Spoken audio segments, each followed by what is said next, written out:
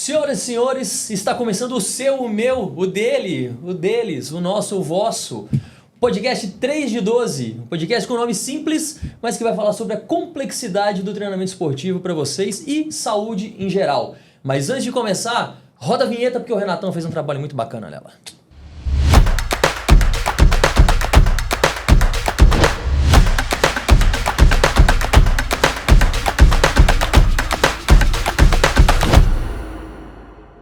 Pessoal, e hoje eu tô aqui com um cara que eu admiro muito, foi meu professor na faculdade, é uma referência para mim no treinamento de alto nível e era um cara que eu queria realmente trazer aqui pro podcast. É uma honra ter esse nome de educação física aqui comigo conversando. Professor Guilherme De Agostini, seja bem-vindo, professor. Cara, eu que agradeço o convite, né? Fico muito feliz aí, não sabia que você estava nesse empreendimento, vamos dizer assim. E que dê tudo certo. Fico muito feliz. Muito obrigado. Passando um pouquinho do currículo do professor Guilherme, ele é graduado em Educação Física pela Universidade Federal de Uberlândia, mestre em Fisiologia pela UFSCar, doutorado em Bioquímica pela Universidade Federal de Uberlândia. Atualmente é professor de treinamento de alto nível aqui na UF também. Foi treinador da Seleção Brasileira de Trail Running nos Mundiais de 2017 a 2019 e também foi preparador físico individual de atletas como Mário do vôlei e a Yuslene Herrera, que também jogaram aqui no Praia Clube. Então, hoje chamei o professor Guilherme para a gente conversar sobre um esporte radical, que vai começar a aparecer aqui na tela, vocês vão ver. Eu considero radical, cara, porque para um cara virar ultramaratonista, ele tem que ser tão doido quanto os caras que saem saltando de paraquedas ou bungee jump e tudo mais. O cara tem que ter uma cabeça muito boa para isso. E hoje o nosso assunto é isso, sobre o treinamento do ultramaratonista, e nada melhor do que chamar o professor Guilherme, que trabalha com isso, vive isso e com certeza vai contribuir bastante com o nosso conhecimento aí sobre esse esporte. Professor Guilherme, primeira coisa, antes de a gente começar, eu queria só que você falasse, eu falei um pouquinho do seu currículo, mas eu vou deixar para você também falar um pouquinho da sua história aí na educação física, como você chegou ao treinamento de trail running, se você praticava desde sempre ou se foi algo que você começou depois e aí viu que era algo que você gostava e aí a partir disso começou a estudar mais e se especializou nisso. Cara, eu formei em 92, né, aqui na Federal de Uberlândia, depois segui o caminho acadêmico, fazer mestrado, virei professor universitário. Nessa época, esportivamente, eu era marombeiro de estética, vamos dizer assim, gostava de musculação, mas eu sempre gostei um pouco do mato, né? Desde quando eu morava no Rio Grande do Sul. E aí eu acabei começando a fazer a parte de rapel esportivo, corrida de orientação, mas o primeiro tipo de esporte que eu disputei para valer na forma competitiva fora da universidade foi corrida de aventura, onde juntava mountain bike, trekking, remo, rapel, né, essas várias modalidades outdoor, vamos dizer assim. E aí eu competi durante 8 anos, né? E depois passei para o triatlon, mas na verdade nunca me considerei triatleta. Fiz 3 Ironmans, né, que é aquela prova de 3.800, 180, 42. E quando eu virei diretor de faculdade da educação física aqui, nossa, em 2013, eu perdi o tempo que eu tinha para treinar. Mas eu não queria parar de ser atleta e eu resolvi escolher uma prova que gerasse o mesmo desafio de um triatlon de longa distância, que eram provas que eu fazia de 12, 13 horas de duração. E aí eu escolhi a Maratona dos Perdidos, que é uma prova de montanha, corrida da montanha, e que era mais ou menos esse tempo aí, né? Tanto que eu estreiei, lógico, fiz provas menores como treino, mas minha primeira Maratona dos Perdidos eu gastei aí 10 horas para completar a prova. E achei apaixonante pelos lugares que você compete, pela visão que você tem do alto da montanha. E, sendo bem sincero, tô nisso até hoje, tanto que nesse final de semana passado, agora, sábado passado, eu competi lá na Serra Fina, 15 quilômetros, né, lá em Passa Quatro, de corrida de montanha. Então, desde 2014 que eu tô competindo aí no... Eu chamo de corrida de montanha, trail running, mountain running, mas tem um tanto de nome diferente para a mesma coisa. Uma coisa que todo mundo fala, que quem eu conheço que pratica o esporte, é justamente isso. O ambiente muda a todo momento, né? Então, você não está correndo numa pista sempre com as mesmas coisas que você está vendo, né? Então esse ambiente dá um gás maior, assim, para você ficar correndo sem parar, né? Exatamente. E outra, é uma corrida de atenção, né? Porque o piso é um piso irregular, tem subida, tem descida, tem rio. Então, passa, por incrível que pareça, passa mais rápido porque você fica mais ligado ali. É a mesma coisa de comparar você correr na esteira ou correr na rua. Sim. Correr na esteira demora mais a passar os mesmos 30 minutos que correr na rua. Né? Então, mais ou menos essa... Correr na esteira é um sacrifício, né, cara? Já tem que ter até mais mental do que você correr a distância maior na rua. Exato. E terreno irregular, a gente sabe que tem... O clima, o tempo interfere muito no desempenho do corredor de montanha. Como que é feita a preparação física do maratonista, do ultramaratonista? Assim, desde a parte de força para a parte de volume de corrida e tudo mais. Boa. Então, vamos pensar primeiro o seguinte. Quanto maior for a duração da prova, então primeiro eu vou pegar o lado da ultramaratona e depois vou colocar essa ultramaratona na montanha, né? Quando a gente pega para o lado da ultramaratona, que por definição hoje a palavra ultra são esforços acima de 6 horas de duração, é uma intensidade para nós aguentarmos fazermos 6 horas que é muito longe da máxima. Então quer dizer que a gente corre com uma reserva de frequência cardíaca, uma reserva de respiração, né, uma reserva metabólica. E isso joga responsabilidade para o sistema neuromotor. Ou seja, o quanto suas pernas vão aguentar contrair de forma submáxima, mas por um longo tempo. Então, aumenta muito a responsabilidade do treinamento de força, de resistência de força, mesmo sendo um esporte dito aeróbio, né? Metabolismo quase 100% aeróbio, vamos dizer assim. Mas é muito diferente de correr 5, 10, 15 quilômetros, onde o cardiorrespiratório e o dito VO2 e limiares, aquela história toda, manda muito. Na ultramaratona, o que manda é músculo e sua capacidade de suportar 6, 8, 10, 12 horas de contração muscular.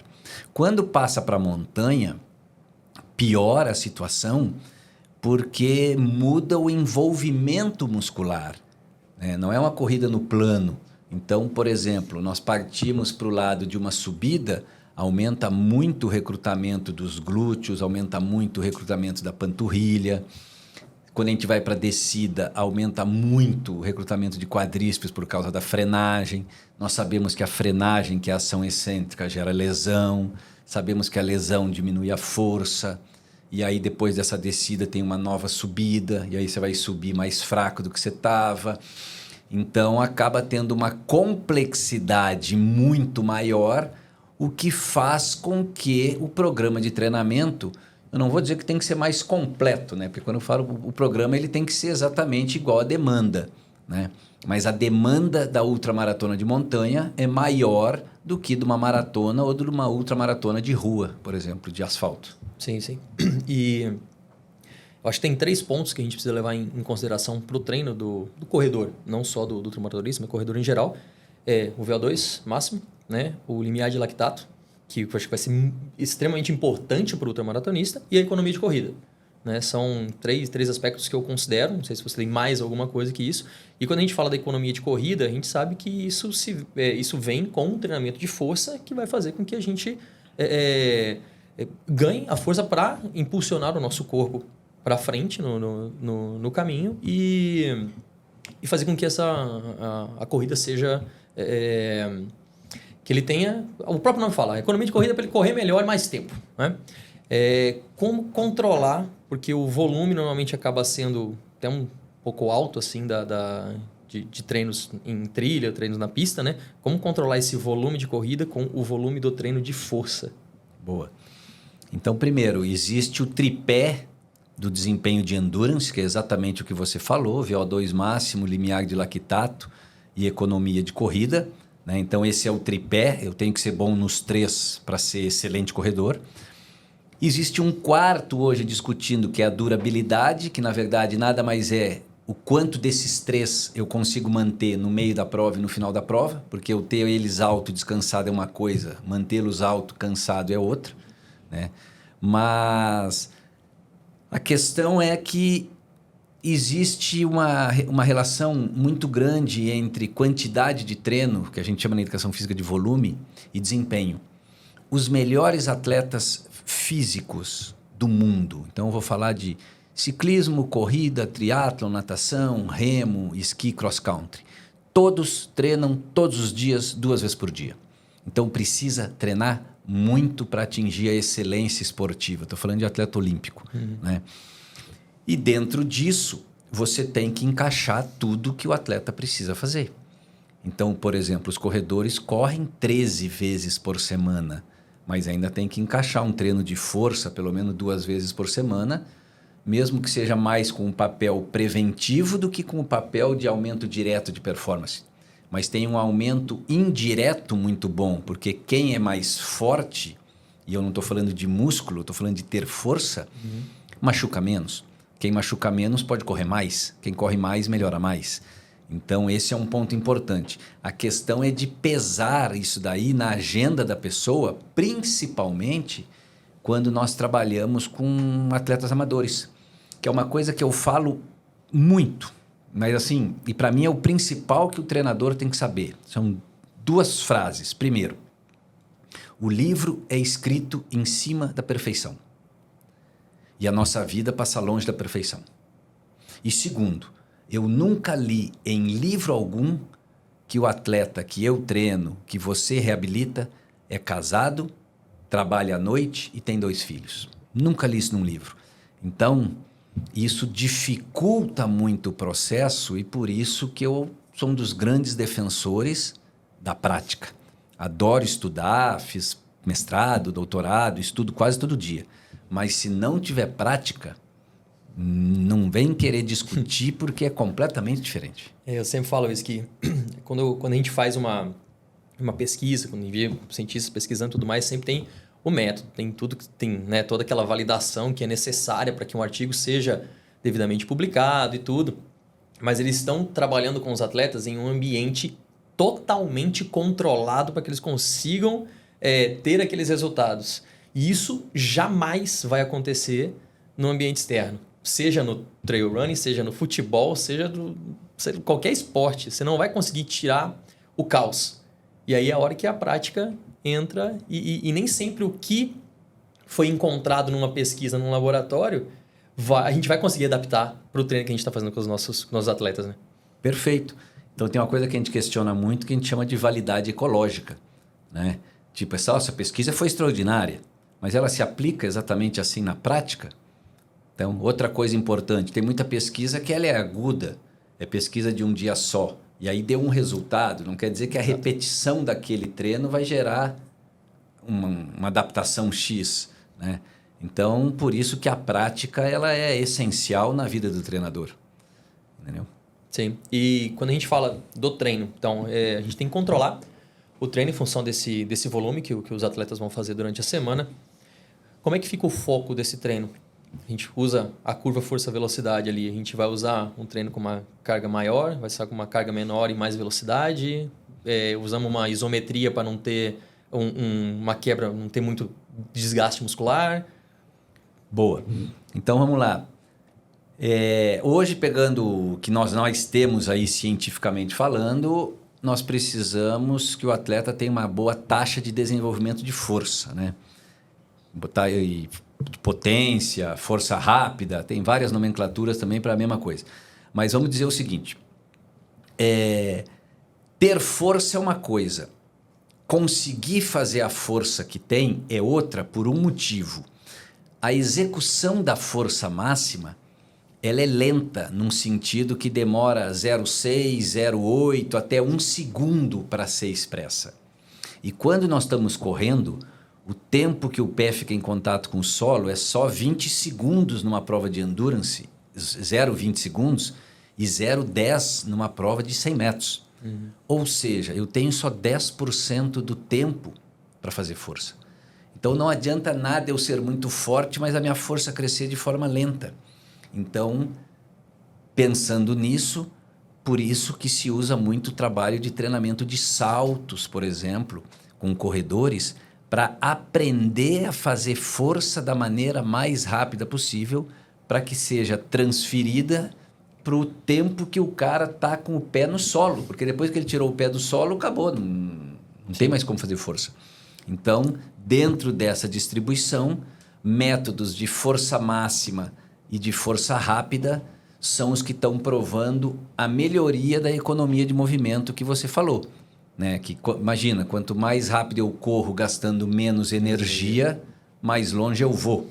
Essa economia de corrida é pegar um carro que faz 10 km por litro, você passou ele para 12 km por litro. Ainda mais com esse aumento que nós tivemos agora. Fica bom. E com relação ao perfil do atleta, Guilherme, até uma ideia que me ocorreu agora aqui. Normalmente a gente vê que os ultramaratonistas não têm um perfil muscular, né? Uma área muscular grande, né? E eu até acho que eu vi você falando esses dias também com o Alex sobre a força, que às vezes as pessoas confundem ter força com ter músculo e acham que pode correr grandes distâncias e isso não vai impactar em nada, mas isso gera um grande desgaste, né? Muscular, articular. Sim, até porque eu brinco muito que músculo não tem cérebro.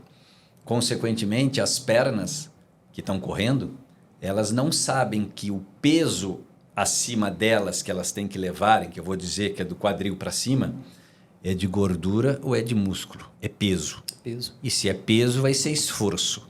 Então, esse é um primeiro ponto. Então, quanto mais forte for o atleta com menos músculo, melhor. Então, a força relativa é o que é extremamente importante. E eu tenho uma linha de raciocínio que eu chamo de corpo útil.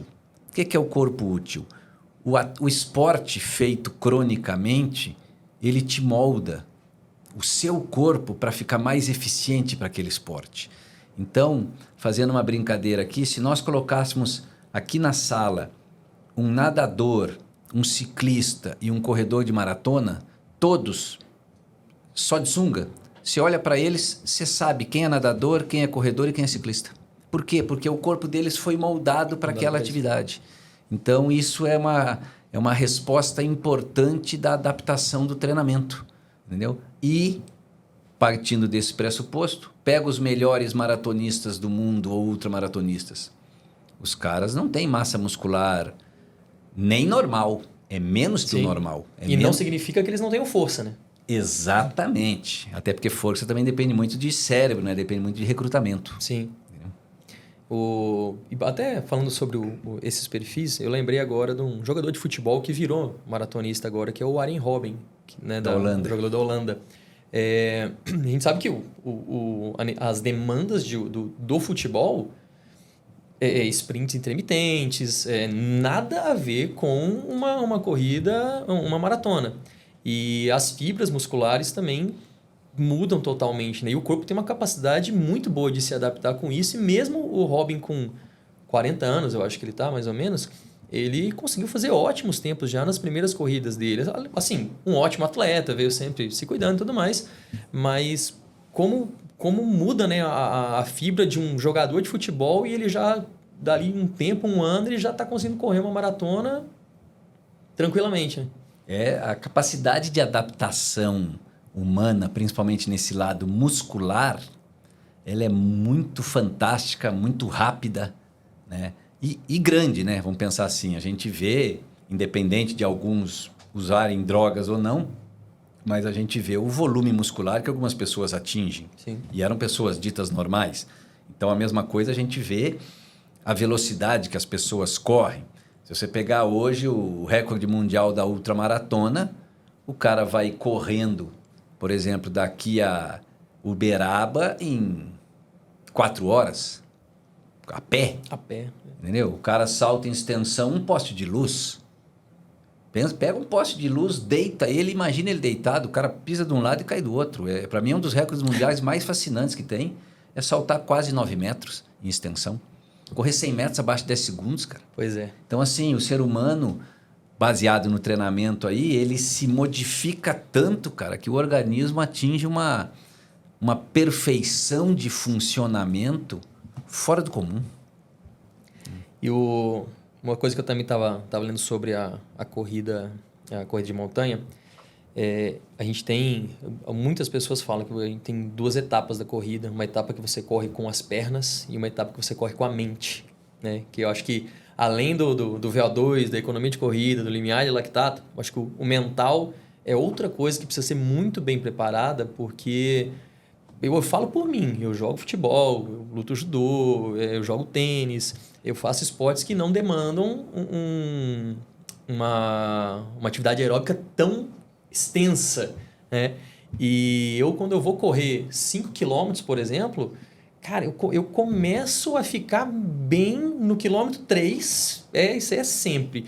E no quilômetro 5 eu já tô assim, ó, nossa, eu não tô aguentando mais, eu não consigo correr mais do que isso. Agora, se eu tô jogando bola, eu já marquei com o GPS lá na UFA, naquela época que a gente marcava com a equipe de treinamento nossa, já cheguei a bater 9 quilômetros num jogo, jogando de lateral, e assim, saio tranquilo. Então, o mental funciona das 2 maneiras, né?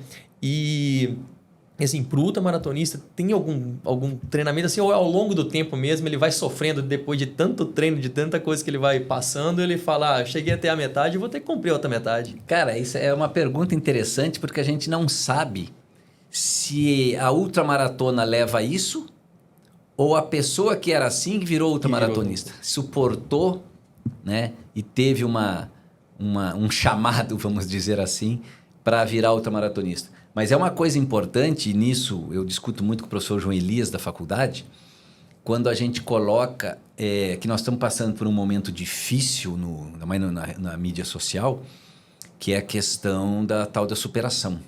Então nós estamos vendo as pessoas, hoje tudo é superação, as pessoas se colocam em presepada. Isso é perigoso, né? Com certeza, e depois elas saem da presepada que se colocaram, o que para mim não é superação. Superação, para mim, ela tem que ser alguma coisa que realmente você não vou dizer não estava preparado para aquilo, mas é inesperado. Vou criar um exemplo. Cara, eu vou visitar meus parentes lá no Rio Grande do Sul. A partir de amanhã eu vou a pé. Pô, é lógico que eu vou ter que me superar para chegar lá. Mas isso para mim não é superação, é burrice. Agora, o que aconteceu esses dias com o pessoal aí do helicóptero, que foi resgatado 3 dias depois, sozinho na mata. Isso é superação. Sim. Entendeu? Os caras não estavam preparados, foi inesperado. Então, o que a gente está vendo? As pessoas se arrastando para chegar na linha de chegada. E aí começa com essa. Não, tem que ter cabeça demais para sofrer, tem que ter não sei o que lá. Falei, olha, quanto mais preparado, menor é a superação que você precisa ter. E quando eu falo que tem que ter cabeça, na minha opinião, não é essa cabeça. Nossa, sofri demais durante a prova. Não, é o todo do processo. Por exemplo, a gente só viu o Guga jogando na televisão, ninguém viu o Guga treinando. Sim. O Agassi treinava 8 horas por dia e a gente só via ele jogando. Então, a cabeça do atleta, que para mim é o mais importante que o físico, e eu direto falo isso, cara, eu não sei como que as pessoas conseguem ser atleta de alto nível, treinar 6, 8 horas por dia, cara, durante 10, 12, 15 anos. Aí entra, por exemplo, na natação, o Phelps. Eu ia falar dele agora. Como é que esse cara ganhou aquele tanto de medalha de ouro? Da onde ele conseguiu motivação para na 3ª Olimpíada, por exemplo, treinar para tentar ser ainda o melhor, cara? Tem que ter uma cabeça fora do comum, cara. E eu passo longe, entendeu? Então, assim, o atleta de alto nível, o que chega na excelência, acima de tudo, ele tem uma cabeça diferente. Porque senão ele não aguentaria a repetição de treinos durante anos para ter a excelência física. Sim. Entendeu? Então isso é um ponto. E aí tem esportes que isso são mais fáceis e outros menos. Por exemplo, no caso do futebol, eu vou dizer o lado mais fácil, porque é um jogo por equipe, né? E você nasce com uma certa habilidade. Já te ajuda demais. Já te ajuda demais. Agora, cara, correr maratona, cara, é uma coisa sozinha, é solitário. Entendeu? Então você tem que estar ali viajando. Entendeu? Porque é muito diferente. E você citou um esporte que você joga. No passado eu joguei um pouquinho também. E que é um dos esportes mais pesquisados pela psicologia do esporte, mas por outras questões, que é o tênis. Por ser um esporte individual, mas que depende de habilidade. Então, não é correr, pedalar, nadar. É um esporte de raquete, bola, né? De habilidade. E a gente não tem onde descontar a raiva. E esse tipo de esporte tem erro. E o erro dá raiva. No futebol se xinga o cara do lado. Sim. Aonde que a gente desconta geralmente no tênis? Na bolinha, na raquete. Quantas vezes a gente vê o cara... Pô. Então é muito pesquisado na psicologia o tênis por causa disso. Até você falando dos atletas, e eu penso até nas pessoas comuns que se espelham, e aí isso eu acho que já é um problema também de mídias sociais e tudo mais, porque muitas vezes as pessoas não entendem o quão grave é uma fadiga central, né? E eu já conversei com muitas pessoas e falei assim, não, eu torci meu tornozelo, ou eu estava extremamente ofegante, meu batimento estava lá em cima, mas eu quis completar, eu quis ir até o final, eu cheguei me arrastando e tudo mais.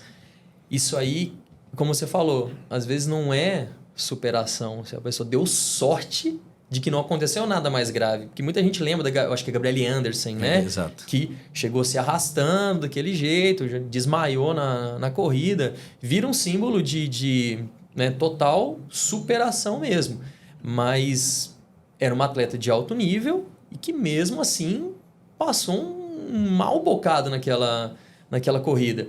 E quando uma pessoa que não se prepara como um profissional, né, mas às vezes tem uma mentalidade, né, tem uma força mental muito boa, isso pode acabar prejudicando outras coisas por uma fadiga central que pode acontecer, né? Sim, teve esse ano mesmo, nós passamos por um exemplo aí numa prova, né, da atleta ser carregada, deu até discussão se tinha que desclassificar, se não tinha que desclassificar, foi na maratona de Blumenau, né? O ano passado o triatlo Ironman também, uma mulher na linha de chegada ali ficou agoniando.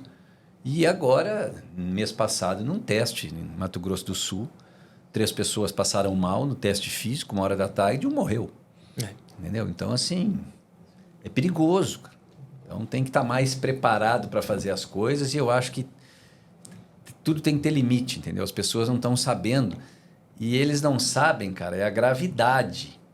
Imagina alguém da sua família tá ali passando mal, vem um cara que não conhece, pega a pessoa, bota em pé para tentar cruzar a linha de chegada e a pessoa morre. Quem mandou você botar a mão? As pessoas têm que pensar muito mais. Esse negócio de superação não é tão simples. Você falou de teste físico, já aconteceu várias vezes com teste de polícia, esses TAFs e tudo mais. Porque imagina, uma pessoa estudou, sei lá, 6, 7 anos naquele concurso, ela conseguiu passar até que enfim, vou mudar minha vida, mas aí não preparou bem pro TAF ali, chegou lá, falta 10 segundos para acabar o tempo, ela tá a 200 metros. E aí acelera tudo que dá e já estava cansada demais. Acho que já teve gente que já veio a óbito em testes assim, né? E infelizmente é o emprego da vida do cara, né? É o emprego da vida do cara. É o concurso da vida do cara. Então é bem por aí mesmo. A grande lição mesmo, eu acho que qualquer pessoa que está se sujeitando a isso, né? Ela tem que ter um profissional bem capacitado para orientar ela, sabe? Marcar os tempos certinho, ver o volume de treino e tudo para não acontecer isso. Porque mesmo no profissional isso acontece às vezes, né? Eu achei que pós-Covid ia aumentar muito a procura disso que você comentou, porque o que a pandemia nos mostrou, a educação física sozinha não conseguiu nos mostrar a vida inteira. O Covid nos mostrou a importância de você ser condicionado. Então, eu achei que as pessoas iam levar mais a sério. Durante a pandemia, triplicou a venda de bicicleta, né, mountain bike principalmente, mas hoje eu já sei que tem muita bicicleta à venda. Já. Então, essa é uma questão. E a atividade física, ela atua como um remédio multifuncional, né, cara? Ela precisa de dose, a atividade física, para virar exercício, vamos dizer assim. Então, não basta. É lógico que é melhor você fazer sozinho que não fazer. Mas você fazer com um profissional é muito mais eficiente. E mais seguro. Com certeza. Voltando então para outra maratona, eu estava lendo esses dias até me preparando aqui pra gente conversar, e eu vi em alguns sites de especializados em trail running, sobre o uso, começou no final do ano passado, se não me engano, o uso de auriculares, fones de ouvido para maratonistas, ultramaratonistas, e que tá uma divisão aí de aceitar ou não aceitar, que tem gente que é contra, os a favores, e eu estava lendo que foi muito benéfico, se não me engano, foi numa ultra no Chile, em que o pessoal estava com a comunicação com a base, e a base já sabia o que o atleta queria. Ah, eu preciso trocar de roupa, eu preciso trocar de tênis, eu quero comer, meu gel acabou, não sei. E queria saber sua opinião, se você acha que ajuda ou, sei lá, meio que um tipo de doping ali, alguma coisa. Nós estamos passando por um momento de alta tecnologia, né? E não tem como nós ficarmos contra o avanço tecnológico. Eu acho que é igual falar do ChatGPT.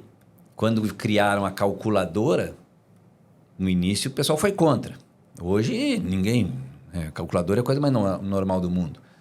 Então eu vejo que a tecnologia ela tem que vir ser usada para o bem. A questão é que num nível competitivo de igualdade, todos têm que ter a mesma possibilidade. Se for numa prova dessas e alguns tiverem a possibilidade de usar o fone e outros não, aí eu sou contra, porque realmente quem está usando tem vantagem, né? Você consegue deixar pronto o que está te esperando lá na frente, enquanto um outro chega lá e ninguém sabe o que está acontecendo. Uma vantagem que eu creio é aumentar a segurança, né? Então, essa comunicação para os dois lados poderia ajudar muito num problema, por exemplo, que nós tivemos numa ultramaratona lá na China, onde morreram 16 atletas de frio na mesma prova. Entendeu? Quer dizer, talvez um fone de ouvido tivesse ajudado no sentido de falar... Chegar ajuda a tempo, né? Exatamente. Entendeu? Então, tem o lado positivo sim, mas tem que ter competição com igualdade de condições. Então, nós já tivemos casos, né, daquela roupa da natação. Eu ia falar agora também. Entendeu? O maiô. Depois eliminaram porque viram que estava ajudando. Na Olimpíada todo mundo usou, só pôde usar porque a Speedo, se não me engano, liberou para todo mundo.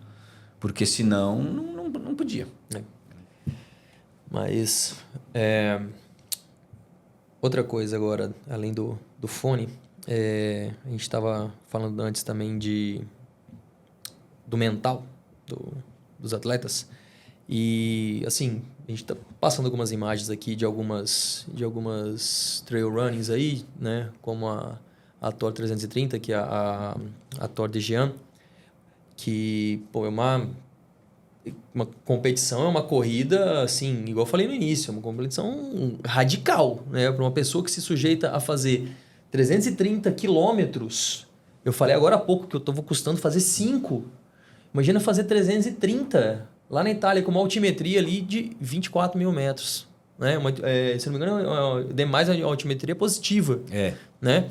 Então, 24 quilômetros para cima, gente. É um... 3 Everest. 3 Everest. Então, é um negócio absurdo. As pessoas têm 150 horas para completar essa prova. E a minha próxima pergunta é baseada nisso. Eles têm, nesse Tour de Jean, eles têm pontos de apoio para cada um. E não é necessário que o atleta pare nesses pontos de apoio. Se o atleta quiser continuar, ele pode continuar. Eu estava vendo que muitos atletas, às vezes, nem dormem. Ele ou chega no ponto de apoio e dorme 10 minutos a 30, 10 a 30 minutos, é uma cesta ali, sabe? E como é que é o sono, cara, do ultramaratona? Como é que isso não impacta no desempenho dele ao longo dessas 150 horas? Privação de sono, a gente sabe que é uma coisa deletéria para o nosso corpo. Mas parece que acontece alguma coisa com o ultramaratonista que ele dorme 10, 15 minutos ali, é tipo um Saiyajin, descansa 5 minutos ali e já tá com toda a energia recuperada e vai embora. Os atletas de elite eu conheço, inclusive foi técnico da seleção junto comigo, o Sidney Togumi, que fez essa prova 2 vezes, né? E um ponto interessante é que, primeiro, tem pessoas que largam para ganhar a prova e tem pessoas que largam para tentar chegar no fim. Esse é um ponto. Aqueles que largam para ganhar são esses anormais que conseguem, com pouco tempo, recuperar o corpo e duram pouco. Olha o que eu vou falar que é pouco. 3, 4 dias acabar a prova. Sim. Estou falando de 4 dias seguidos de prova, 96 horas. Enquanto que os outros brigam nessas 150 horas. Mas é uma questão curiosa, porque eu, quando fui atleta de corrida de aventura, eu fiz 3 provas de 7 dias. Né? E ela é ininterrupta. E nós temos... Só que a prova de corrida de aventura, diferentemente do Tour, ela é por orientação. Então, nós parávamos à noite para dormir, tipo, da 1 às 5. Por quê? Porque se não parasse, com certeza a gente ia errar. Uhum. Porque é uma hora que você está parecendo um zumbi, cara. Falta atenção para... A cognição vai lá para baixo. E nesse tipo de prova, apesar dela ser marcada, então a chance de erro é menor.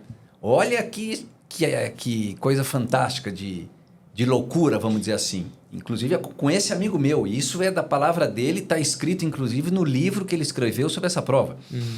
Ele estava na prova competindo, de repente ele se viu sentado, esperando os atletas passarem, esperando os atletas que ele treina, porque ele é treinador, passar. De repente ele olhou para ele, viu um número e falou assim, nossa, sou eu que estou competindo? E levantou. Ele esqueceu que estava correndo. Olha o nível de... É tipo aqueles negócios de mal da montanha com os escaladores, né? O cara começa a ver um abominável das neves lá e tudo mais, e de repente alucina. O cara tava alucinado, exatamente isso que você falou. O cara vê gente onde não tem, vê ponte onde não tem ponte. Então, assim, privação do sono é uma das coisas mais sérias que a gente pode passar na vida, né? Por questão de... E aí é em tudo, né? Só no esporte, não. Questão de saúde, questão de viagem. A gente tem muita questão de acidente por causa disso.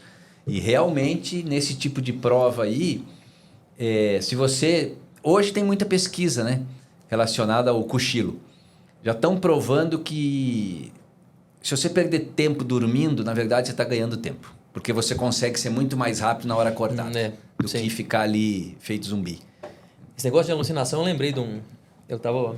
vendo sobre essas corridas também, e tem um atleta, mas tem um tempo já que eu li sobre isso, o cara estava dando uma entrevista sobre uma maratona que tem no Alasca, no meio da neve, aquela, sabe, é um negócio terrível, testa você no seu limite, acredito que muito mais do que isso aqui, sabe? Com certeza. E ele estava falando sobre alucinação, depois eu vou tentar pegar o nome para falar para vocês. Mas ele falando sobre alucinar, esse mal de montanha, mal do frio. E ele falou que ele estava correndo e parece que só, sei lá, 40 pessoas se inscrevem para essa prova que acontece lá e normalmente 10 chegam, o restante desiste no final. E ele falou que ele começou a ver umas luzes atrás dele 1 hora e achou que era o cara que estava atrás dele. Ele pensou que ele estava em segundo e tinha o primeiro que estava lá na frente. E falou que viu umas luzes e achou, pô, tô correndo devagar, o terceiro e o quarto estão me alcançando, eu vou acelerar. E aí foi que chegou no próximo ponto lá, dormiu, acordou e não chegou ninguém no próximo ponto. E aí o pessoal mandou uma mensagem para ele de rádio e falou que tinha lobo por lá. Ou seja, o cara tinha lobo correndo atrás do cara e o cara tava tão alucinado para querer ganhar e focado naquele objetivo, aí entra esse mental, que o cara achou que era alguém que tava chegando nele e falou, vou acelerar. Ou seja, o cara salvou a vida dele, porque foi correndo e achou que era competidor. Eu acho que se ele achasse que ele era lobo, ele nem terminava a corrida. Mas é impressionante mesmo. Tem um brasileiro que fez essa prova aí, foi bem, o Bernardo, sabe? Mas ele contou, narrou a história lá, disse que é terrível. Uhum. Então, assim, que isso é uma outra coisa, viu? Essa, inclusive, é outra prova. A gente estava falando do Tour 330, essa aqui é o Tour de Glaciers, de Glaciers, sei lá, 450 quilômetros, galera. 450 quilômetros em 190 horas e 32 mil metros de altimetria. Então, 4 Everest. Mas vamos lá. É uma coisa que eu me pergunto. Eu sou treinador. Eu gosto de treinar atletas até uma certa distância.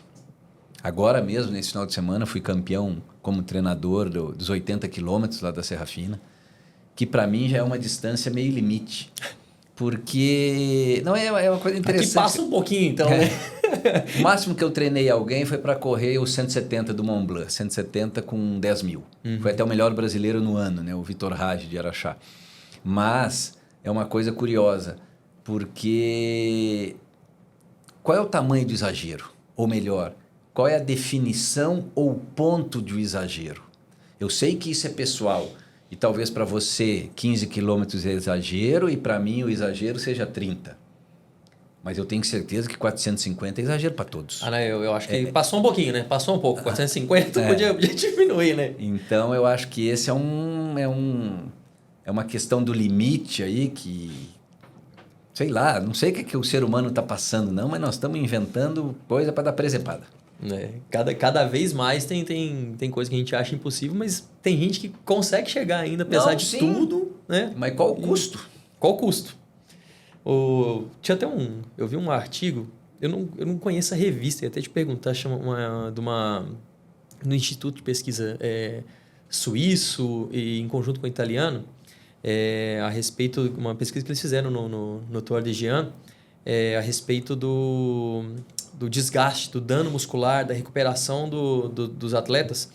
E, assim, níveis enormes de mioglobina, de secar no sangue, sabe? Coisa que chegava perto, às vezes, até do início de uma radiomiólise. E o cara termina bem, ele tá bem no outro dia. E eles viram que até quem corria distâncias maiores, tipo os 330 aqui... terminava a prova e a recuperação era parecida ou às vezes melhor do que quem corria as provas menores. Aí eu não sei se pelo pace ser menor e você vai controlando esse limiar de lactato seu, né? Ou alguma outra explicação que pode ter para um cara correr uma distância 2 vezes maior e ficar mais inteiro que correr uma distância menor. Uma pode ser exatamente essa daí, né? Quanto maior a distância, mais lento nós vamos. O Tour, por exemplo, o Tour aí, para a maioria das pessoas, ele é caminhada. Então, esse é um ponto. Então, caminhada, nós temos um sofrimento muscular muito menor. O grande problema passa a ser pé, joelho, unha, né? Então, esse é um ponto. Esse aí todo mundo vai de bastão, né, Guilherme? Também alivia um pouco. Alivia bastante. Exatamente. Né? Outra coisa talvez a pessoa que vai para essa prova se prepara muito melhor para essa prova do que uma que vai para uma prova menor e esteja preparado. E aí, se ir para uma prova menor, não estando total... Menor, quando a gente fala, 100 km, 120. E não está 100% preparado, realmente pode ter um custo maior. Né? Mas esses valores que você citou, dessas enzimas, né, ou dessa proteína mioglobina, são valores muito maiores, por exemplo, de infarto. Sim. Entendeu? Então, até o médico tem que saber muito bem o que o cara fez, porque senão o médico fala assim, pô, você está vivo, não sei como. Esse ano também, todo ano acontece, e aí a gente está falando de provas absurdas, a gente falou aqui que 450 quilômetros já é um pouquinho de exagero, mas tem uma prova que é pior que essa ainda, que é a Corrida da Autotranscendência, que acontece num bairro lá no Queens, nos Estados Unidos, né? No bairro do Queens, nos Estados Unidos, em um quarteirão. E já ouviu falar dessa prova, né, Guilherme? Provavelmente já teve reportagem pra caramba dela, já saiu no Fantástico e tudo mais. Esse ano é a 27ª edição dessa prova, Corrida da Autotranscendência. 4.989 quilômetros, 4.900, ou seja, 5 mil quilômetros a serem percorridos em 52 dias em volta de um quarteirão. A gente falou tanto que é ruim ficar correndo em volta de uma pista ou correndo uma esteira. Agora imagina, 5 mil quilômetros para você correr em torno de um quarteirão, vendo a mesma coisa todo santo dia. Você conhece alguém que já fez essa prova? Alguma coisa? E se eu conhecesse, eu mandava o cara parar. Não tem fundamento um troço desse, cara. Eu até estava vendo as pessoas são convidadas para essa prova. Não é qualquer pessoa que pode fazer a inscrição dela. E, assim, pessoa ficar correndo 52 dias em volta de um lugar, eu acho que ela não tem o mental para fazer isso. Eu acho que ela perdeu já o mental e aí tá tudo bagunçado e ela fica lá correndo em volta igual um zumbi. É um rato. Porque Laboratório. não tem Cara, não tem condição. Fora o dano muscular que acontece também, eu acho que mesmo você correndo muito devagar, Não, deve ter... Cara, a pessoa vai para se arrebentar, né? eu não sei o que... Sinceramente, esse cara tem que ser estudado. O que passa na cabeça para a pessoa se sujeitar a fazer isso. Por exemplo, olha aí, olha que imagem bonita. Então, você vai fazer uma prova, pelo menos você vai ver uma montanha maravilhosa, Sim. está ali com outras pessoas, você vai... agora ficar correndo em volta do quarteirão, cara. É muita ideia errada, Não né? dá. Mas beleza, o papo tá chegando ao fim aqui com o Guilherme.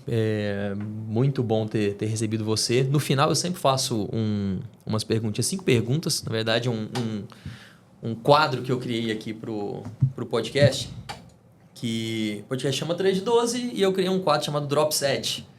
Drop Set nada mais é do que 5 perguntas, na verdade não são perguntas, são 5 frases ou palavras e tudo mais, em que a gente faz aquele bate-bola, jogo rápido, tipo Marília Gabriela, que você vai me dar uma opinião rápida sobre cada um. Então, vai ter uma vinhetinha legal que vai passar agora. E aí começa agora o Drop Set com o Guilherme de Agostini. E são 5 temas e ele vai me responder rapidamente uma opinião sobre cada um deles. Começando pelo primeiro, toca o tambor. Treinamento com máquinas para corredores.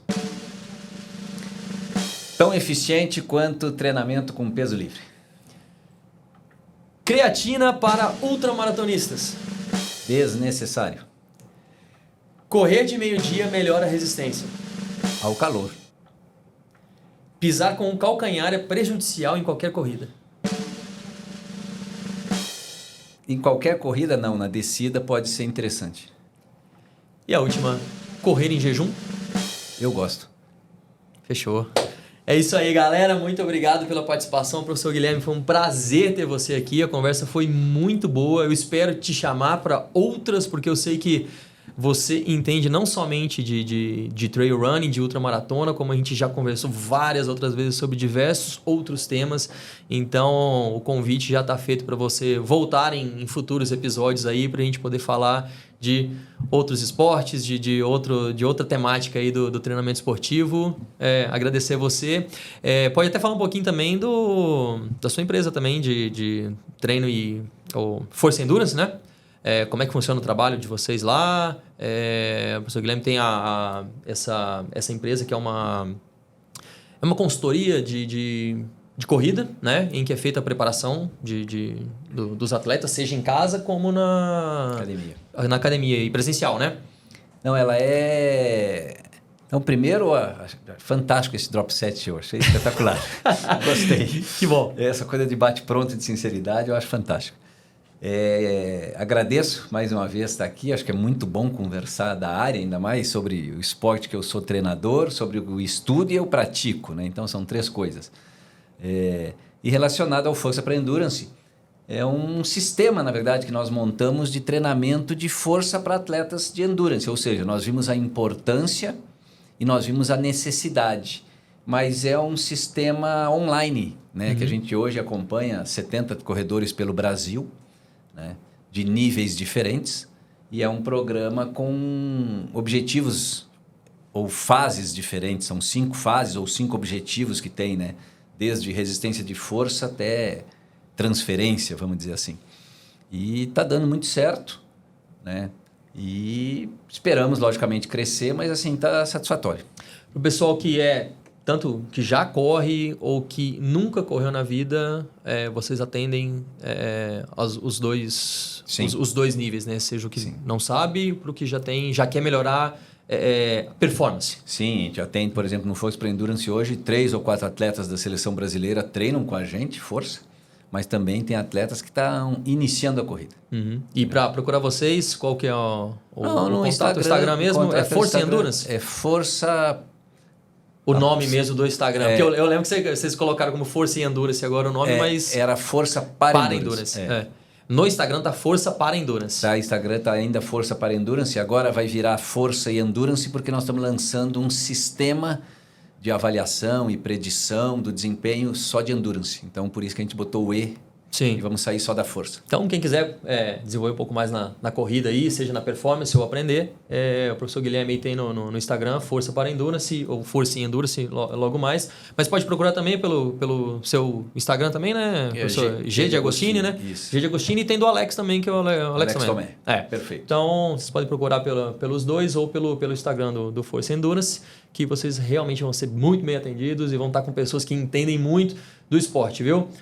Professor, muito obrigado pela vinda, por ter comparecido aqui com a gente no segundo episódio do 3 de 12. E, como eu falei, espero que você volte mais vezes. Eu que agradeço o convite, muito bom. Valeu demais. Obrigado. Valeu, galera. Até o próximo episódio. Tem muita coisa boa pela frente. Falou!